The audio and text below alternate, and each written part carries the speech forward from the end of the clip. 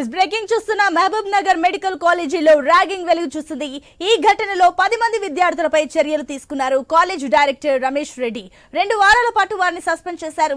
Junior విద్యార్థులను సీనియర్లు రికార్డులు రాయమని ర్యాగింగ్ చేసినట్టుగా చెబుతున్నారు. దీనికి సంబంధించి మరిన్ని డీటెయిల్స్ మా కరెస్పాండెంట్ వెంకటేష్ అందిస్తారు.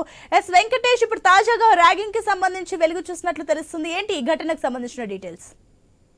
మహబూబ్ నగర్ మెడికల్ కళాశాలలో ప్రభుత్వ కళాశాలలో ర్యాగింగ్ కలకలం చోటు చేసుకుంది. సీనియర్ విద్యార్థులు జూనియర్ విద్యార్థులతో రికార్డులు రాయమని, దాంతో పాటు తమకు ఖచ్చితంగా ప్రతిరోజు నమస్కారం పెట్టాలని, కొంత బూతులు కూడా తిట్టడం, వారిని పదుష జాలంతో వారితో మాట్లాడడం కూడా ఈ ర్యాగింగ్ రేపిందని చెప్పవచ్చు. దానికి సంబంధించి జూనియర్ విద్యార్థుల తల్లిదండ్రులు రమేష్ రెడ్డి కళాశాల ప్రిన్సిపల్ డైరెక్టర్ రమేష్ రెడ్డికి ఫిర్యాదు చేయడంతో కళాశాలకు ఆ సీనియర్ విద్యార్థుల తల్లిదండ్రులను విద్యార్థులను పిలిపించి కౌన్సిలింగ్ ఇచ్చారు. వారికి 2 వారాల పాటు సస్పెండ్ చేస్తూ ఉత్తర్వులు జారీ చేశారు. ఈ నేపథ్యంలో కళాశాలలో ర్యాగింగ్ యాంటీ స్క్వాడ్ టీమ్ సంబంధించిన టీం కూడా ఒకటి ఉంది. దానికి పేరుకే నామమాత్రంగా ఉన్నట్లు మనకు సమాచారం వస్తుంది.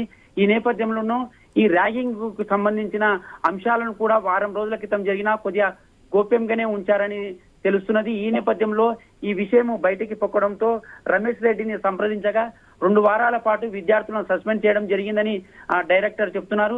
ఏది ఏమైనప్పటికీ మహబూబ్ నగర్ ప్రభుత్వ కళాశాలలో ఈ ర్యాగింగ్ కలకలం చోటు చేసుకోవడం చాలా ఇబ్బందికరమే అని చెప్పవచ్చు.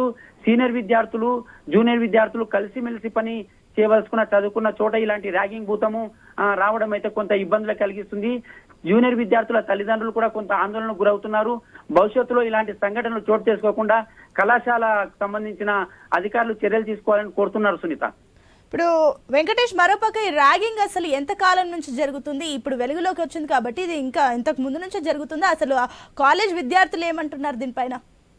వాస్తవంగా కళాశాల ఈ మధ్య కాలంలో ర్యాగింగ్ ఇటువంటి ర్యాగింగ్ విషయాలు అయితే కొద్దిగా వెలుగు చూడడం లేదు. ర్యాగింగ్లు కూడా తగ్గిపోయినట్టు తెలుస్తుంది. ఎందుకంటే ప్రతి కళాశాలలో ర్యాగింగ్ కు సంబంధించిన ఒక టీం ని ఏర్పాటు చేయడం జరిగింది.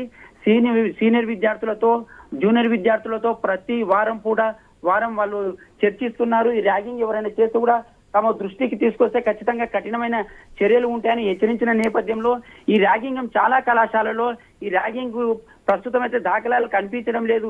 కానీ మెడికల్ కళాశాలలో వెలుగు చూడడం అయితే కొంత విద్యార్థులకైతే ఇబ్బంది కలిగిస్తున్నది.